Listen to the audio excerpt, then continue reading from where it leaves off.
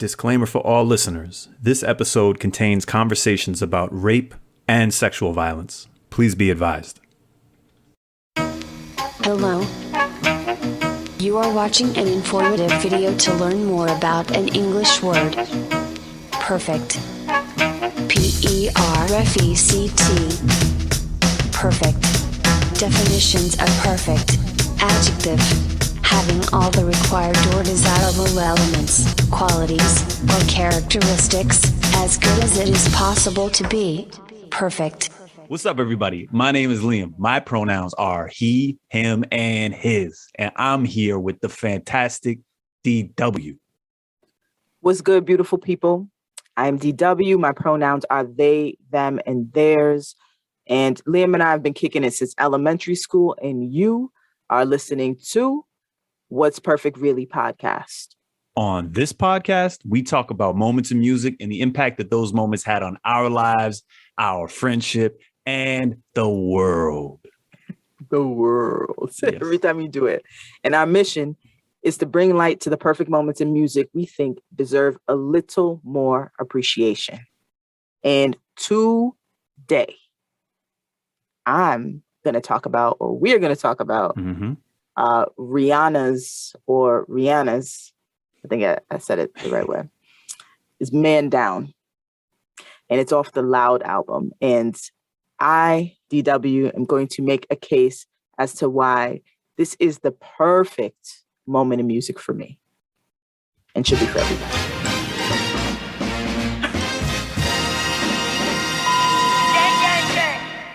Dope. Let's get into it. Jump the gun. I miss my cue. All right, so Rihanna's Man Down is released on 2011. It's off the Loud album. And it's written by R. City. So there's two writers, R. City, I believe, underneath there, and another singer, a Barbadian singer, Chantel, as well. And produced by Sham. I'm not really familiar with all of the production of Sham, but maybe you are. Maybe that's something you looked up. I'm not sure. But that's what we have.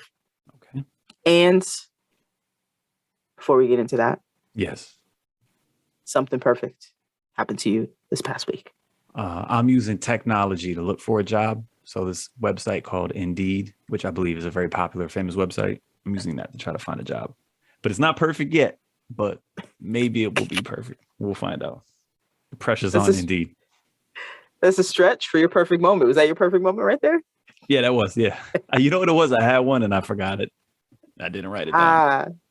You see what happened? Wait, you didn't write it down? So it was from a dream. I had a dream. You know, you wake up from a dream. You're like, yo, I just thought of the craziest idea ever. It was like, that was my perfect moment. It was from a dream. And I was like, yeah. I'll remember this after I fall back asleep and wake back up again. And it didn't happen. So how about you? Hopefully you can take up the slack here today. So my perfect moment is going to the barbershop.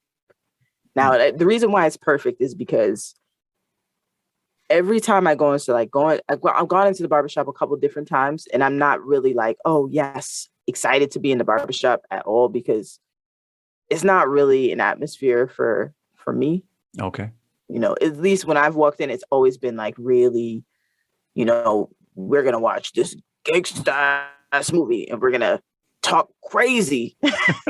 And like, you kind of have to, if you're a femme going in, my experience has been like, okay, duck your head down, get in and get out, you know, as much as you can, because that's traditionally male identified space. Mm-hmm. And the great thing about this barbershop is like, yes, since the pandemic, what's been better about it is that it's not crowded with a whole bunch of like men in there, and you have to make an appointment. And so it's made it like a breeze and easier process for me. Like, I don't feel like I'm just smelling body when I go into the barbershop, which is what was happening when I went into this particular barbershop. But it's kind of like a way better, like seamless experience with the new processes they've put in. And also my barber, like shout out to my barber that is just really cool. You know, we talk about things that are not what traditionally I've run into as barbershop talk. Barbershop, yeah. Yeah, so I feel comfortable. And that for me is just like a really great thing to be able to feel comfortable in a barbershop. Because I've also had like barbershops where I've had studs cut my hair, you know, and this is not speaking about all studs, but like in this particular moment, that stud was like, oh, like really like aggressive. And I was just like, you cut really great hair, but I don't want to talk about stud stuff because, you know, queer people know about the toxicity of studness. So I'm gonna leave it there. But it was like super that kind of stud. And I was like, I just want you to cut my hair because you're so dope. Why do we have to talk about all that other stuff? Yeah, just like keep my head down. Yeah. I don't need so the perfect moment yeah. is going in and having a great experience at the barbershop. And it's a regular thing. So I'm just giving a shout out to my barber. Dope. I haven't found a hairdresser yet, so but the barber is really doing a thing. Dope. All right. So what's the song about? Rihanna. What'd you say? No, I'm just saying, like I'm putting myself in the right mode. Rihanna. Okay. Rihanna. Yeah, what's the song about? The song is about a woman shooting a man after he rapes her, and speaking, and then Rihanna speaking on the emotions of her decisions to do so. I actually, to be quite honest with you, I didn't even know. I didn't see the video until maybe right now. So I didn't even know all that stuff was happening when I was introduced to the song. Like, did you know about this song before I mentioned it? I had heard the song when it came out. And I had no idea until I was preparing for this podcast that it was about rape, that it was about any of that. I just kind of like heard the shooting somebody, and I kind of thought it was almost like Johnny Cash. Like I shot a man in Memphis and watched him die. Right. Yeah, like I shot the sheriff, but I didn't shoot the deputy. Yeah. Ooh. You know, I thought it was like one of those things. And then I was like, oh, this is really deep. Of course I would pick it. Of course. Even when I'm like, let's just do something chill. And I'm like, man down. Yeah, that's popping. I'm like, oh shit, this is way more than I thought it would be. Which is not a terrible thing, but you know, I never knew it as to be this kind of song because I never heard it in that context. Like I never saw the video. Like I never heard the discussion around it. Actually, this is exactly how I heard it. I was remembering the first time someone was like, so I was working at Foot Locker. It's actually one of my favorite jobs until it was not my favorite. But one of my coworkers there. So I was like I was a manager at a gym, and like my part-time job was working at Foot Locker. Yeah. And I loved, it was one of my favorite jobs because it's like no pressure. I'm really great at sales and at sneakers. Like this is great. It's a sweet spot. So it was great for the time that it was great. And one of the managers was my homie and was like, yo, did you just hear I just heard Rihanna's Man Down. Did you hear it? And I was like, no, what you talking about? Yo, you gotta go listen to that song right away, like ASAP. Did this manager have cachet? Was it like, you know, like did their musical cachet carry weight with you where you were like, okay, I do need to fuck with this song or listen to it? I do know. So I do know they were from the West Indies, and they were just like, yo, I'm telling you right now, you got to go listen to this song. This person's and I was plugged like, in. Yeah, it was like, you know, when you have the younger plug and you're kind of older and you're creeping out of the popularity space. Like, it was that moment when I got you. They were like, yo, this is the one right here. You got to go do it. And so I listened to it and I was like, yo. Like, I had nothing to say except yo. And we were doing that back and forth for a minute. I was like, yo. So it was one of those things that it was off the bat. I had never really heard something that kind of had it. When we talk about vibes, it's almost like it's a party song and I'm grinding on somebody, but I'm like, why? Wait, why am I doing this? I'm all confused right now. Like, you know what I mean? You know how I feel about confusion. You know how I feel about like Gemini, Gemini S shit. You know what I mean? Like, I want things to be complicated. That's why you subconsciously pick like nothing but complicated songs, even when you try not to. Yeah. I tried. Like I've been trying so hard. Like I want it to be just a vibe or whatever. But we had that conversation. So what else is happening? I was thinking about. I'm sorry to interrupt you real quick, but seeing how the song ties into like basically like men being shitty, and I'm not speaking to your coworkers at Foot Locker because I have no idea who they are. They may be the best people in the world. But in general, when I go to the mall, I get like a little skeeved out by like the dudes that work at Foot Locker and cell phone kiosks. Oh. Can you like attest to any of my suspicion that they're a bit skeevy? Like, in other words, if I go to Foot Locker on my own, I have one experience.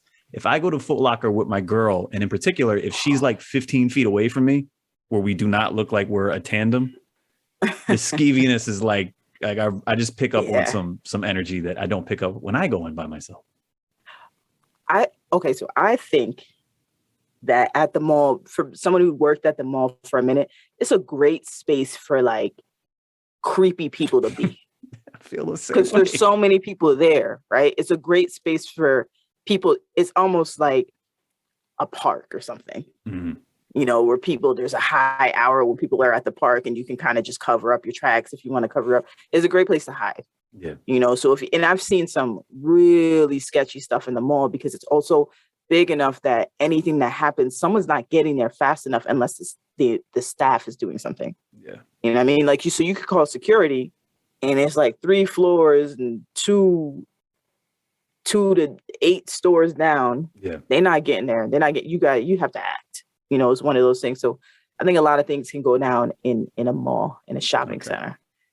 So I guess I agree. Does that answer your question? Okay. Yeah, no disrespect. I'm sure there's like solid, good retail workers who are dudes, but sometimes I pick up on weird energy at the mall.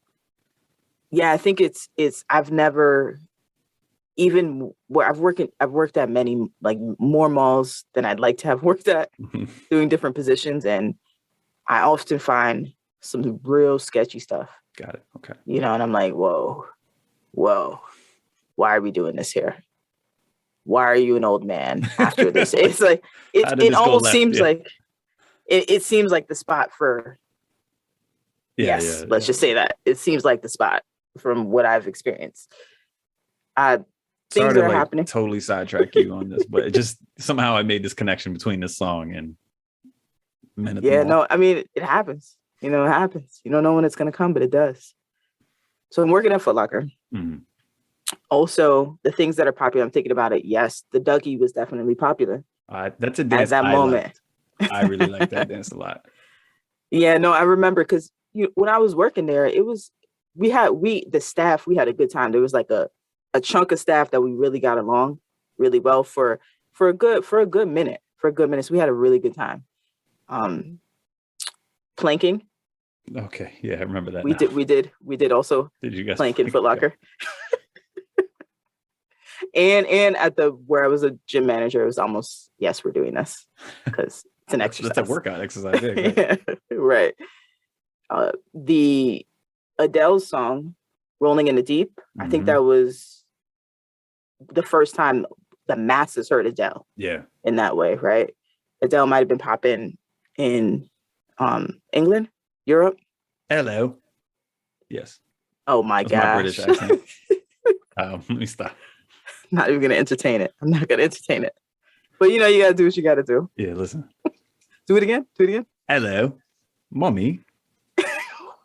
Shit is good. British. Okay, listen, we need to stop everything that's happening. All right. Me. Please continue. But Adele was huge. I mean, just took the world by storm this year. I remember that. Adele was huge. And Occupy Wall Street. Okay, yep. I also had a friend that worked down at Wall Street, so it was interesting to get their perspective while Occupy Wall Street was happening. It was heavy. It was a heavy moment. All those things were happening in my life in perspective when this song comes out. Is there anything happening for you? Not that jumps out in me. I just remember the music, Sexy and I Know It. Remember the group LMFAO, I think.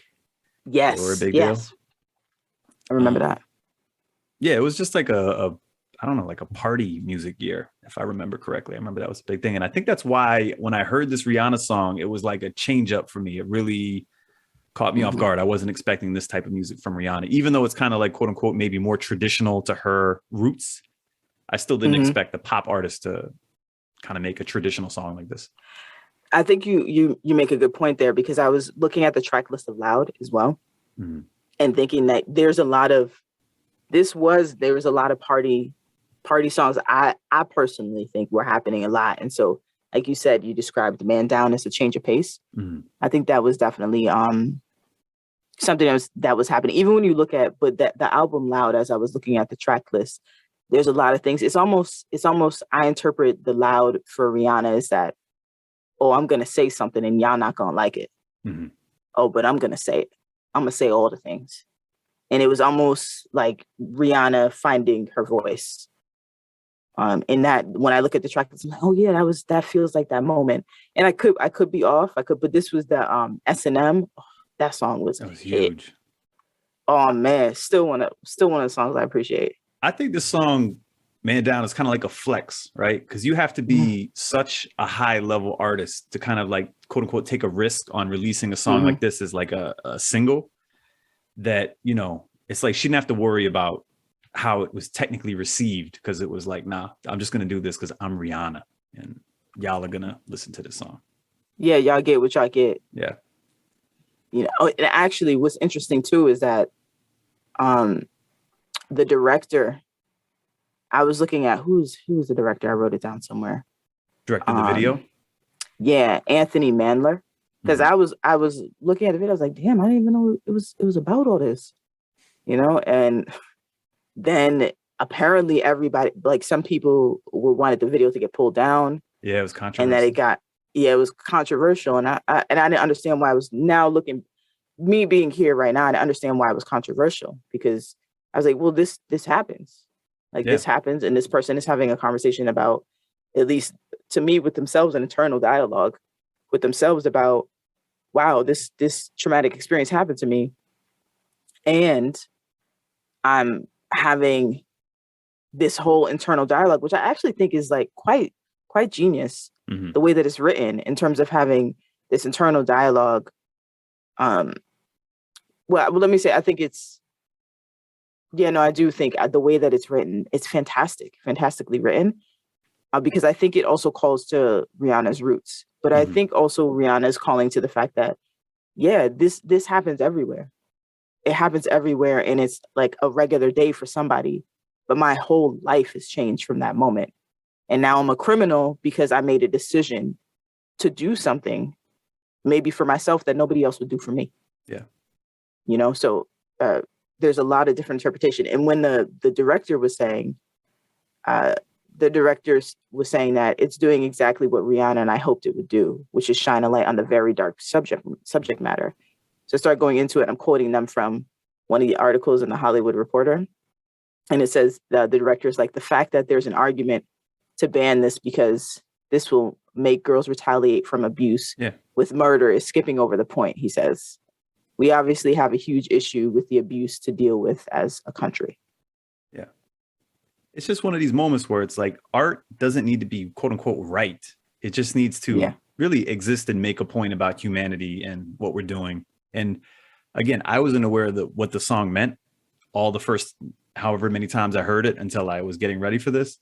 And then I think you hit the nail on the head. It's like, it doesn't glorify it at all, actually. You know, it kind of takes you into the mindset of, you know, who Rihanna is in this song, and that it isn't this beautiful, it's not celebrated at all. You know, she's talking about how she almost regrets it in a lot of ways, but also explaining how, you know, what drove her to do it, you know, which is an awful thing. Yeah. And I think what I love about this song so much is that, well, first of all, I think the song is perfect. Do you think the song is perfect? I don't, but I do. So I didn't know how deep the song was. There's that part. And what I fuck with about it is, and I hate to like change it up a little bit, but I love the beat, how like it's not pop at all. It's like a really quote unquote like islandy beat. And I like that it's kind of campy, you know? What do you mean by campy?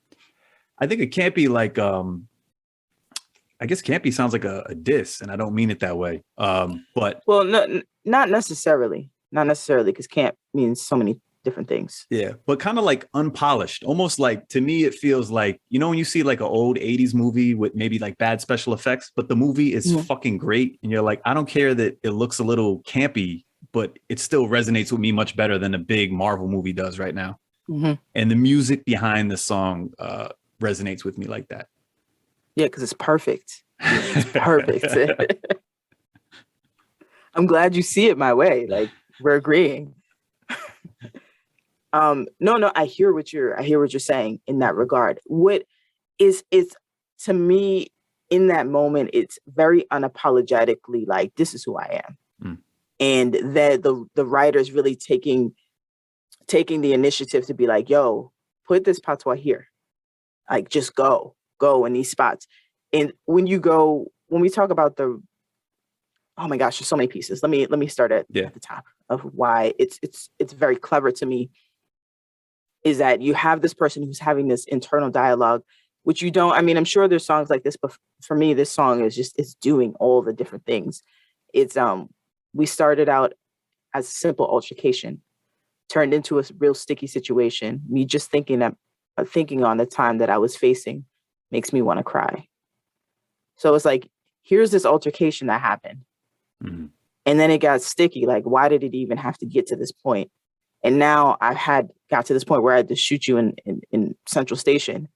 And now all of these things snowball. And it's like, if it wasn't it was a simple altercation, why did it have to get sticky? Does that make sense? And it's just kind of like, you're hearing this person think about when we talk about remorse in that way. And it's not necessarily remorse. I want to capture this the best way that I can. Because when I describe Rihanna having an internal dialogue about it, I could have just said a woman shooting a man after he rapes her and her being remorseful. I think it's more than that, right? There's more there. And that's what makes it so perfect, because it's not only, the remorse is not because, oh, this person did something. This is how I'm reading it to me. This person did something to me. The remorse is because of the person I am. It doesn't match with who I am. Not because, I don't know if that makes sense, what I'm saying. No, it does. It's like, I'm remorseful that this situation made me act out of character. And now look at what's happened. I've done something that you can't come back from. And I know I didn't want this to be at all what transpired. But yet I'm the one that's got to face these consequences because of everything that's happened. Because of something that transpired that probably, when they talk about, there's going to be, most likely there was going to be no reaction to it. Had she said something out loud besides taking the action and taking it into her own hands, right? Which is a reflection when they're saying that this is the reflection of what our society is given, you know, someone who experiences this. And I think why it's so perfect is because there's so much room for interpretation, you know, and it leaves, when we talk about art and really great art, just leaving things there, especially for something that is falling in under the commercial lens, being able to be like, I'm going to put this here and you do with it what you want and not say anything about it. And I don't know if Rihanna commented much on it. My hope is that Rihanna didn't. It was just like, yeah, whatever. There it is. That's my art. That's what art is. Because I think that would even be dope. Yeah. As well, as an artist who's for me, who's like, yeah, I don't need to explain myself to you. All I need to do is create art. And then, because I didn't mean to hurt him, could have been somebody's son. And I took his heart when I pulled out that gun. Oh my gosh. The layers behind this. Oh, it's so clever. It's so clever. Hold on a second. Sorry. I think my device was messing up, but it's so clever, that moment where the way that they chose to write the words. I didn't mean to hurt him. It could have been somebody's son. It's not necessarily about that person, but it's about the bigger picture of, man, somebody's going to mourn for this person. And now I had to have this outer body experience because of what felt like I had to do for myself. But then I'm seeing how somebody could also mourn for this person that I decided to kill, that actually did harm to me. And that complication, oh man. What I like that Rihanna did so well in this song is, you just mentioned it. It's like, it's her looking at the situation from outside of the situation, almost like a narrator or a commentator on the whole thing. And in certain regards, it's almost like she's removed like the heated emotion out of it and is more thinking of it more thoughtfully, you know. And even the fact that she doesn't totally vilify her rapist, you know, he could have been somebody's son, you know, why did he make me do that, basically, is really effective, in my opinion. You know what this is a great example of? It's an example of the Meg Thee Stallion situation with Tory Lanez. Tory Lanez. Right. So the alleged situation, because, you know, we don't know all the details, but the idea that a femme gets hurt by someone else in the community, and she is having this narrative about how she can protect the person who harmed her. And how that narrative is like so harmful for Black femmes, of like, wait, I even want to protect you even in the harm that you did. And I think that that's a clever capture of the complication of what it means to be a Black femme in the world, of like often being attacked in certain ways and then always wanting to make sure that Black people are protected. Does that make sense? Mm-hmm. In that complication, I was trying to figure out, like, why does this touch my heart so much? Like, why is it have this infinite stain on me in a beautiful way? And I think that that's the connection of, you know, that kind of cycle of harm is happening, and I still need to protect the person that harmed me, because whatever harm that happens to me in our community is not going to be greater than what could possibly happen to that person. So even having that narrative of, damn, I did this thing, and now I'm trying to figure out, or have the narrative of kind of protection in that way. Does that make sense, what I'm saying? Yeah, almost like you know the damage that this other person could be subjected to, depending on how you act. And even though you really justified in seeking justice against this person, you know the system maybe in a broader sense is unfair. And there's this guilt that you experience of, I want to take justice, but I know that it's not just as simple as me and this person and justice happening to them. Meanwhile, there's a continuous harm happening to that person who's feeling all of these feelings. In the case of Meg Thee Stallion, is that no matter what Meg Thee Stallion says, clearly she was a victim in some way because she was shot. Mm-hmm. And we don't know how the situation played out, but she was a victim. And being able to accept that, people being able to accept the fact that this person was actually harmed, and that's real. And that harm can coexist with the fact that we may not know all the different facts and all that stuff. But the fact that she was harmed is real. And so I think that this space is one of those spaces that is nuanced and not nuanced at the same time.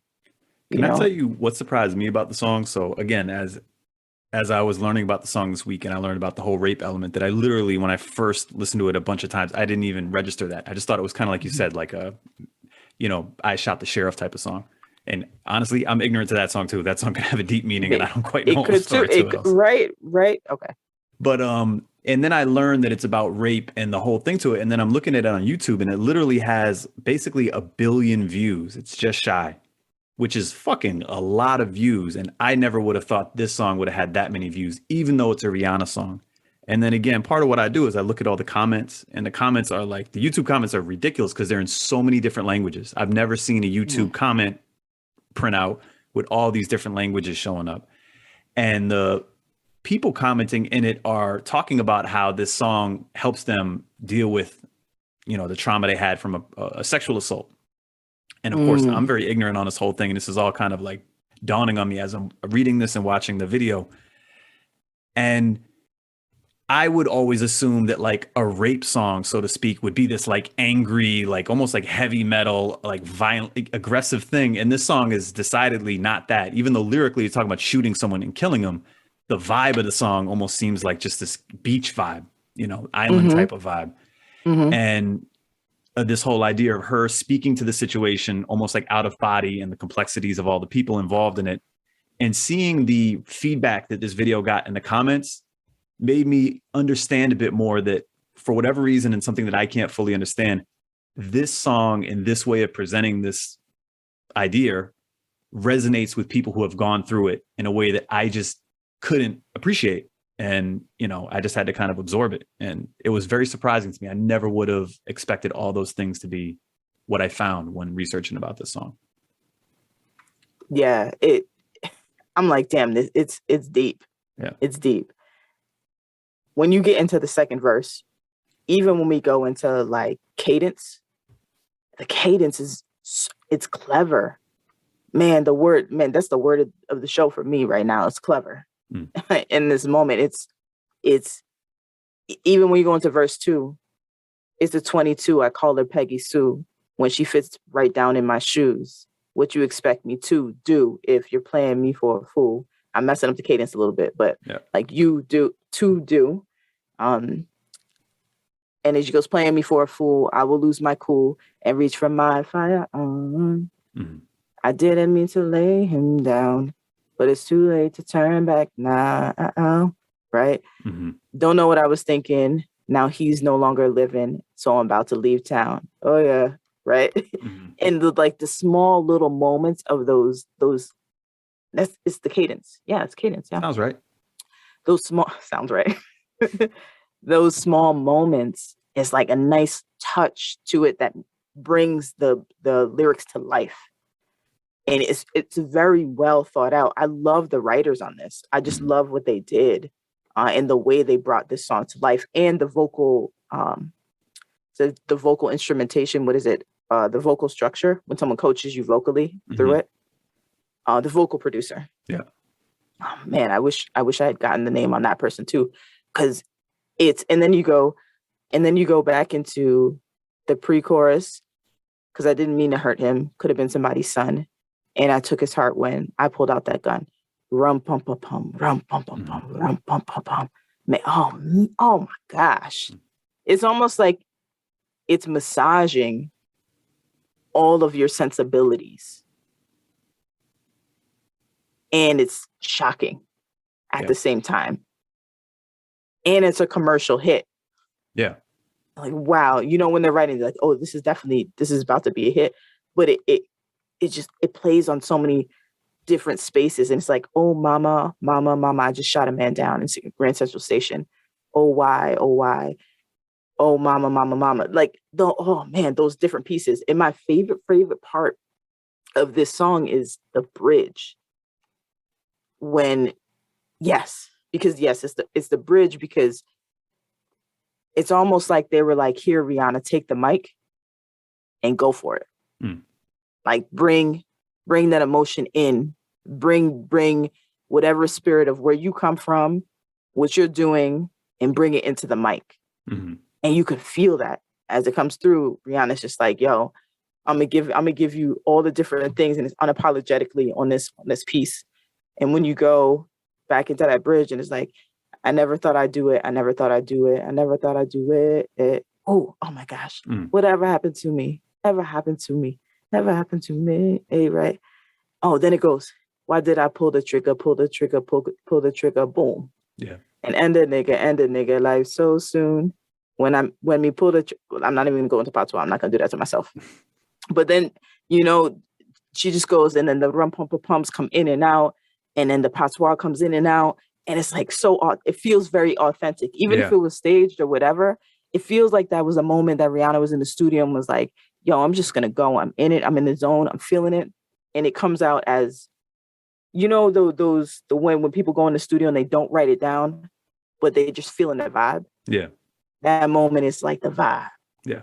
The vibe is coming in of this very heavy moment, and it's just sinking on every part. And I'm not going to use clever. I'm going to say delicious, right? Because that's my other one. Okay. It's delicious, and it's falling in all the right places. Oh man, it's like a lock and key. That satisfaction of when the lock gets the key and you turn it and you hear the lock open. Yeah. That's what that's like for me.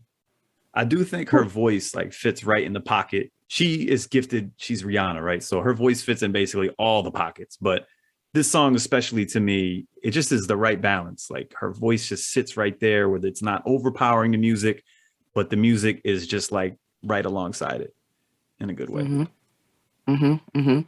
Where do you think this song fits in her career? You think this is a song that you like and it's just one of many songs in her career, even though it's as important as it is? Or do you feel like this actually holds a special place beyond just how you like it? Maybe. I think it could be a moment. I think I wish I knew Rihanna's catalog a little bit better, because it was definitely between this song and Bitch Better Have My Money, which is kind of, I was like, to me, I was like, oh, these songs are kind of similar. This is how much I didn't know about the topic. And I was like, oh, Bitch Better Have My Money and Man Down. Those are the ones right there. And I think when I imagine in Rihanna's catalog, from what I know, that maybe this song could be different in a way that it touches on a different part of her spirit because of where it comes from and the people who made it happen. And I could be totally off by it, but maybe I imagine in this time of Rihanna's career that this was something that was very spoke to Rihanna's spirit in a certain way. I was like, yes, I'm feeling this. This definitely needs to be said, and I'm gonna be that person. And I think it's really dope because not often people who have this kind of popularity, it feels like it's earlier in Rihanna's career. It was like third album. Yeah, I feel like this is when Rihanna was like went to the level that few people are at. But it was early in her career, but this was like when she really like stretched herself out. Like, nah, like. Right. And it could have been not like easily Rihanna could be like, I'm not doing this. Yeah. It could have just been the worst thing for Rihanna's career, quote unquote. But I think what made it great for Rihanna's career is that Rihanna sat in it and was like, this is who I am. This is a part of me, and own that. And I think sometimes when artists own that and not try to backpedal on stuff like this, it makes it even stronger. What I think is interesting is I did do a little bit of research on the song, and apparently Rihanna's camp or team, whatever, put out like an APB, like an announcement, like all singer-songwriters. And I don't know if they hired a bunch or put like a bounty up, kind of like, something to entice a lot of people who maybe normally wouldn't view themselves as capable of accessing Rihanna to write for her. And there's all these different songwriters that I'm sure wrote a million different songs for Rihanna. And this is one of the ones that bubbled up from that process. So I do think this is, and it's obviously, it's not like featuring Jay-Z or this is the latest like Neptune's beat. Like it's none of that. It sounds like a much kind of smaller budget song. But to me, that actually makes it feel special, especially in this Rihanna catalog of like literally blockbuster hit after blockbuster hit after blockbuster hit. And then you have this very, I don't want to say subdued. I don't think that's the right way to put it, but you have this very like organic, natural, simple and down to earth type of creative process. And I think it seems like the people connected to the song are more tied to like the music of it, the chance to give a song a chance, than is this going to be the biggest, most popular song in the world? So I would assume, especially for someone like Rihanna, this is a very intentional choice to make the song and have like a passion project for her. That would be my guess. Yeah, and even if I'm keeping it as real as I possibly can, I didn't really mess with Rihanna in the beginning of Rihanna's career. Rihanna really grew on me. I was going to ask you if you was Rihanna fan from like Pon de Replay, or like when did you like jump on the Rihanna train? Because what's interesting is when Pon de Replay came out, there was that other song Switch by Will Smith. Do you remember that? And they had kind of similar beats. Okay. And I was like, why are there so many songs with the same beat? Yeah, it was a lot. That was the moment I was like, I don't know about this. I don't know about this Rihanna. I don't know about Will Smith. I don't know about all of y'all. I was questioning that moment, but that when I thought Rihanna, I was like, oh, like this person is super cute. Like I feel the vibe. But also I thought for a second they were going to have Rihanna come out and be like super appropriated, corny, West Indian type. Oh, you're from the West Indies. Let's definitely polish this person up so they're what is it, consumable. Yeah. You know, and that was was right after Sean Paul, and Sean Paul set the world on fire, and it was like, it did seem like right. It's like, oh, we got to get our reggae artist, or our, people would say reggae, but our dancehall artist. Yeah. This is going to be the next wave right here. And as I started to see the trajectory of Rihanna's career, I was like, oh, it might have been this Loud album when I was like, ooh, oh, okay, this is about to be something, or this is something. I was late for other people who were like really messing with Rihanna. I was late, but I'm telling you, Rihanna is something else. She's a beast. Like, is magnificent. Yeah. Rihanna is magnificent, and I'm so happy I got on the train. I was on the train when Pon de Replay came out. So at that time, I lived with a Trini roommate. So I didn't realize like Trinidad, Guyana, and Barbados have like beef, like cultural beef. Oh, really? Oh, wow. Yeah, so that's how you find out, though. Yeah. So I was just like, white guy standing amongst this groups, and like, oh wow, you guys don't like each other. Oh shit, I didn't know that. And then, but I liked the song, and my roommate had the song on a CD, and like I had a boombox in the bathroom. And when my roommate wasn't home and I was taking a shower, I would pump the Pon de Replay song, and then be like, hopefully no one came home while I was listening to this, because it didn't fit like the mold that I was trying to portray. Like, it was fucking up my image. But I've always liked Rihanna from day one. Yeah, no. But I definitely thought Rihanna, because you know what it was about Rihanna's voice? I thought it was one tone. It sounded very monotone to me. And so I wasn't very sure. Got it. Like, do you have levels to this, or am I going to hear this same thing over and over and over again? And I was like, I don't really know. I can see that, because she kind of had like her first songs, like Pon de Replay was a little bit, you're right. Like it felt like maybe is this a West Indian gimmick that the, record labels are just cashing in on. And then her next song, although it was a huge song, but was Umbrella, but it was like this gimmick of at that time. What's that, guys? I forget the Dream, this style of R&B that he really popularized at that time. In the Ella, exactly. Ella, it was, you're not really singing to me. Exactly. Yeah, this is not like vocal. Yeah, but it was exercise. This one. This was the one where I was like, okay, Rihanna. But then it was S&M. I was like, this was the moment where I was like, as you as a backpack rapper, you were like, I kind of secretly like. Yeah. This is the moment where I was like, I kind of secretly like Rihanna, and I've talked so much shit in the past. I don't know if I can come back from this. Yeah. That was the moment for me where I was like in the closet, like, I'm gonna listen to this song quietly with my headphones on, and I'm not gonna say a word. That was one of the moments for me. But I'm glad that I embraced the genius that is Rihanna, because I would have missed out on so much beautifulness. Yeah, and I've just seen the way that her albums and stuff have just gotten better and better and better over time.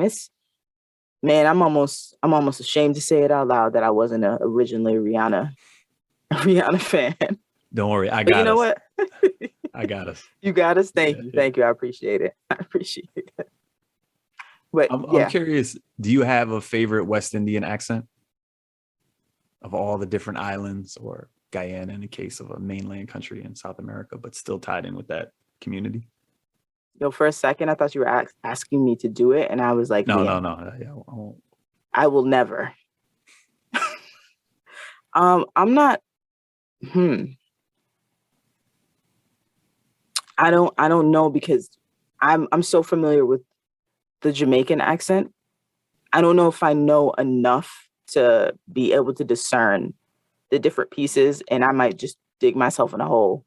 Got it. So I'm not even going to do it. But I do know, because some of my family is from Jamaica. And so, but there's so much nuance there to the different dialects. I don't even want to do it to myself. I'm not about to do it.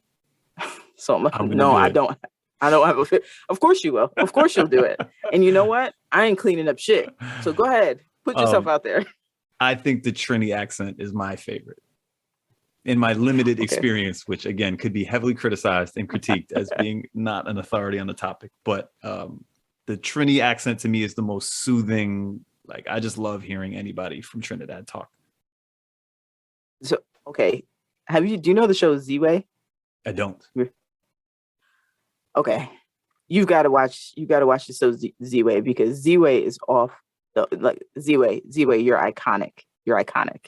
That's the language that Z-Way uses. Z-Way basically it's a show, started off as baiting people, racially baiting people, because Z-Way would say, I would go places and have these conversations with white folks, and I wouldn't have conversations with white folks. I'd be minding my business, and the white folks would come up to me and be like, hey, so this and that. I'm like, why are you talking to me right now?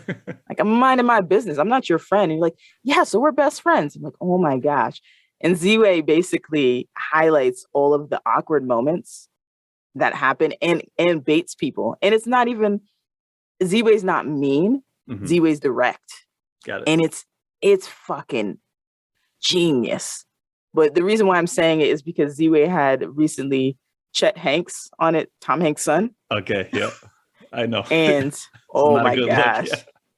Chet Hanks does a patois imitation, and it's terrible. Of course, it's terrible. The one thing that's great about Z-Way just lets people rock. Z-Way would be like, I'm a journalist. I haven't seen the show, but I know what you mean. These type of things where it's like, they're not actually being fucked up. They're just giving you a platform for you to be yourself. And like, whatever happens is like. Right. And that's what Z-Way does. And when you said it, I was like, uh-oh. I might end about to become Z-Way. Chet Hanks right now. Is this about to happen? Z-Way right now? Oh, no, but go. If you go on YouTube and look up Z-Way has a Showtime show. Okay. Oh my gosh. Maybe we should watch it together. Because I'm telling you right now, it's fucking phenomenal. And I haven't even watched all the episodes, but I think you would think it's some clever shit. I'm down. For sure. I'm down. What did they say? Do you have any more questions for me? No, I think I hit it. I just wanted to ask you like where you felt it fit in her career. And I liked your explanation of what you think was perfect. And again, for me, the music of it, I just really think the music that's driving through the whole song is really dope. I like the kind of organic feel. And when I say campy, I also kind of think of something like this. It doesn't have these like, sometimes you have, especially a song like this, which is more like a live instrument type of song. You have these like drum solos or these kind of like things fade in, fade out, all the stuff is happening. And the music on this stays pretty consistent, like just driving the whole way through.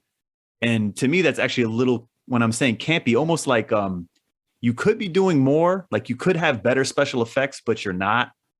And there's a charm in that I like, and I think is underutilized for the most part in music.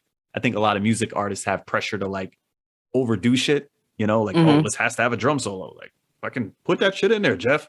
But I like that this is really just meant to be exactly what it is, and they're not trying to force other stuff into it. Okay. I'm hearing you say you think it's perfect though. I think there's a way in which I do think this is perfect. So music to my ears.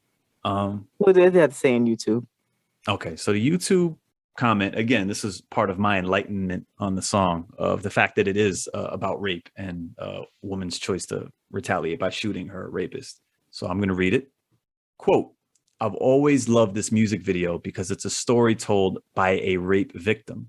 Everything she was feeling inside herself after the rape led her to a gun, and she made a decision to take a life and brought her consequences and regret. Rihanna made a really powerful song and video. And then there's a bunch of replies off of this one. And this one person goes, thank you. Back in the day, they crucified her and this video for saying it was promoting gun violence. And then someone replies to this reply, yet she says she regrets it because he also has a family. So the song says it's the opposite of the claim, that revenge is not worth it. And that she didn't have it, and that if she didn't have a gun, she would be better off, in a sense of being able to think before she acted. I wouldn't say that these people are like the perfect way to analyze it. But again, I had no idea that this song inspired so much thinking from so many listeners and so much just ability to think about something. Again, I think about music. It gives you permission to think and feel about shit that you normally hold inside. And on a level that I never appreciated, this song appears to do that for a lot of people in a very important way. Yeah, this is, like I said, I had no idea. I'm going to have to stop surprising myself. Because every time I do, I'm like, yo, this is a bop. I'm like, oh, here we go. Mm-hmm. Down the rabbit hole we go again. But, you know, this is a very, very well-written song. Very well written, very, very well performed. It's amazing. One thing I think is interesting about the song, and maybe it's because like the music of it doesn't sound contemporary. It sounds quote unquote like dated and more like an older style of traditional music is, and I'll say this very specifically, I think modern Black artists, when they make music, mainstream, not gatekeepers, but like the people who kind of assess music in a mainstream way, to me, take a lot of what these artists are saying and make it literal, and then kind of put that back onto the artist and as a way to criticize the artist also and say, this isn't good for our broader society because you're promoting these ideas. I know that happened with this song, but one thing that is interesting to me from my own listening experience, because I find myself biased to that mentality too sometimes when I listen to like modern Black artists, I sometimes listen to them almost like from the rapper sense of like, well, it must be real and this person has to, you know, live everything in their songs. So I have that bias in myself. But when I heard this song, I never in a moment would have thought to take it literally. And it's something maybe harkening back to like an older song when music was more storytelling versus first person narrative. And it's funny how that happens. Like just the sound of the music made me listen to her lyrics in a completely different way and absorb them from a different perspective than maybe her newest S&M. When I heard S&M from Rihanna, I think this is what Rihanna, the woman, is into in a bedroom, and she's, you know, kind of getting this truth off her chest. Whereas this song, I heard it completely differently. And I don't know quite why all that's happening, but I can feel it happening to me. Yeah, and I agree. And I remember distinctly when I heard it, I was thinking to myself, it's a 22. I call her Peggy Sue. And I was like, man, I love that you named your 22 Peggy Sue. You know, and that right there was, I remember distinctly feeling like, oh, I fucks with this. You know, and just thinking that it was just I never thought about it like that. Yeah. You know, and I think that's the beauty of art, is that this whole time I'm grooving to it, but it has all these different layers to it. And when you make great art, somebody's able to go back to it and like rewind, recapture. And I think for me, this does it. It does it in so many ways, just listening to all the different impacts and effects in the ways and approaches to the way they thought about this song. And I'm floored.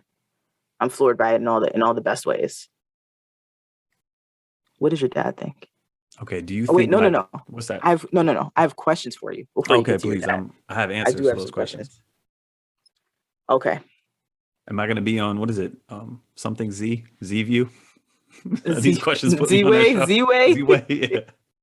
Nah, you don't want to be on Z-Way. Z-Way will get you. I get roasted. I kind of want to be on Z-Way's show though, because I just want to experience Z-Way in real life. You know? What would I do? Yeah, exactly.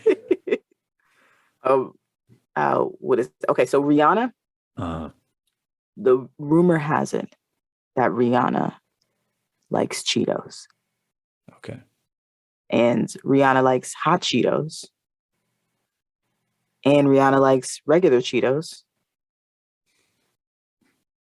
And I wanted to ask you, do you have affinity for Cheetos, Liam? Oh, shit. I'm going to be on Z-Way. I'm going to be on Z-Way. What are you talking about? I'm talking about Cheetos. I know. I'm going to be on Z-Way. I'm going to tie this to a podcast that we just recently did. And I actually feel like this is how I like Cheetos. Okay. Cheese doodles, grape soda. Big Pun has a song where he says this, and he's fucking right. Those are like the best combination ever. And I know that that's very problematic, and you know, but that's a very good combination of food. And not Cheetos. I like cheese doodles. Like there's like, I think it's the Wise brand ones. Those ones. Oh, okay. Okay. Yeah. Yeah, no, definitely. Are you crunchy, soft? Both. It's like, where's my energy that day? Mm-hmm. You know, what vibe? What vibe am I in? You and Rihanna with vibe. Rihanna likes the hot Cheetos. Have you ever had the hot Cheetos before? I haven't had them. I know they're a big deal. When I used to go to Europe, people in Europe would be like, yo, Liam, can you bring hot Cheetos from America to Europe for our consumption? They're a big deal. So I'm aware of the power that they have over the public, but no, I'm not a hot Cheetos person. Not one day in my life have I ever had a flaming hot Cheeto. Yeah, me neither. But I've never tasted a flaming hot Cheeto. Across the Atlantic. I've never even been curious about tasting the flaming hot Cheeto either. But they're a thing. I think you and Rihanna would be able to have some grape soda if Rihanna drinks grape soda and some Cheetos. Maybe you can let Rihanna know, like, yo, you gotta put some grape soda. Yeah, exactly. Yeah, this isn't done until the palate is not satisfied. Until you pair like red wine and some kind of meat. Yeah, it's like day drinking. I enjoy day drinking, and that's people brunch now. They day drink. Yeah, but Seth Meyers went day drinking with Rihanna. Really? Yeah. Good. Went day drinking with Rihanna, and it's interesting. I loved watching the episode, and Rihanna can hold. Oh, she's throwing it back. Some liquor. Wow. Rihanna can hold some liquor, and you're talking to a person who one drink and I'm done. Like, don't ever. I'm a cheap date. Like, if someone ever took me on a date, they would be so happy because it would be one drink and I'd be like, yeah, like I couldn't hang with Rihanna. Can you hang with Rihanna, Liam? I don't think I can. I feel like Rihanna has like, what's this? A constitution. She has a strong constitution, and I'm not built that way. What do you mean constitution? What does that mean? So I hear the word constitution referred to when people like, it typically means like, like Bubba, who like drinks like 8 6-packs and like, can still like function normally. Like people who can handle their liquor and still like keep it together. Those people have a strong constitution. Okay. Got it. I do not have a strong constitution, but I believe Rihanna does. From what I saw, it seemed like it. Yeah. And I'm saying this because I wish I could. Yeah. I can hang with people and not fall asleep. I'm Irish. Rihanna I'm was supposed hanging. to do it, but I can't. I feel like I let Rihanna down was my whole hanging. Lineage. Who do you think is the ultimate collab you'd like to hear with Rihanna?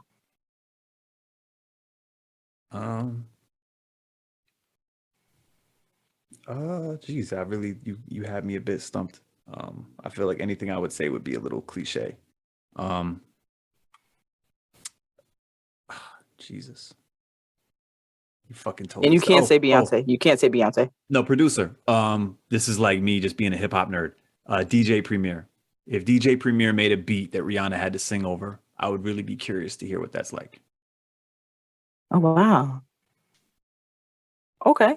And secretly, give me DJ some Premier, examples of DJ Premier beats.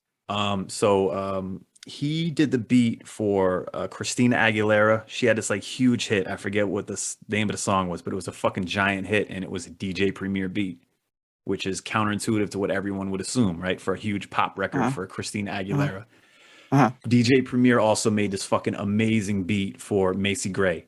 I've committed murder, and I love that song. Okay. Yeah. Ooh, I love that song. Okay. So that's what I'm saying. DJ Premier, like on the low, can create amazing, like straight up R&B music that you would never expect. And I feel like Rihanna, cause she has like, she's an R&B singer, but she has kind of like a swagger, like a rapper. And like, I feel like she could easily just hop on there and slay it and then just peace out and then just have this dope DJ Premier record. Yeah. Rihanna has bars. Rihanna has bars. And it's the way you lay down the bars. Because clearly, like, Rihanna didn't write the song, but Rihanna's laying down the bars on the song. Something special. I'm ready for your dad. Okay. Do you think my dad knows who Rihanna is? Absolutely.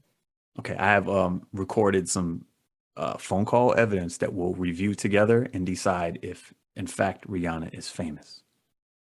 Rihanna's famous. Oh my gosh. An artist by the name of Rihanna. Oh yeah, I do know Rihanna. Yes. Exactly. Yeah, she's exactly a global icon. So Yeah, iconic. Yeah. Rihanna's iconic. You hear me, Z-Way? Iconic. What's your most fantastical moment? I love the campiness of the music itself in the best way possible. It's kind of like a B-rated horror movie, like a B horror movie, but just strikes the right chord. I like that about it. I'm a toss up between the riffs, what I would call the riffs at the bridge. But I think I'm gonna go back to that moment when we talk about naming the 22 as Peggy Sue. Those two lines. That does it for me, because I think that was a particular moment of a particular identifiable moment where I was like, wow, I fucks with that. Can't explain it, but that's most fantastical for me. Where can people find the song? I got this. Okay, you got it. All right, I'll I got this. People can find the song on the What's Perfect Really podcast playlist on Spotify. Yeah. And on YouTube. Gang, right? Gang. And share with us your perspective, y'all.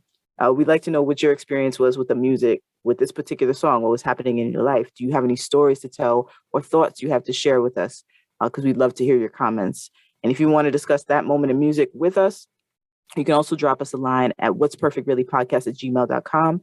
You can also share your stories with us on Instagram at What's Perfect Really Podcast, and on Twitter, What's Perfect Really, no vowels, WHTSPRFCTRLY. What's Perfect Really, no vowels. And we invite you to take what you want from this podcast and leave what you don't, because ain't nobody perfect. Peace, y'all. Hello. You are watching an informative video to learn more about an English word. Perfect. P-E-R-F-E-C-T. Perfect. Definitions of perfect. Adjective. Having all the required or desirable elements, qualities, or characteristics, as good as it is possible to be. Perfect.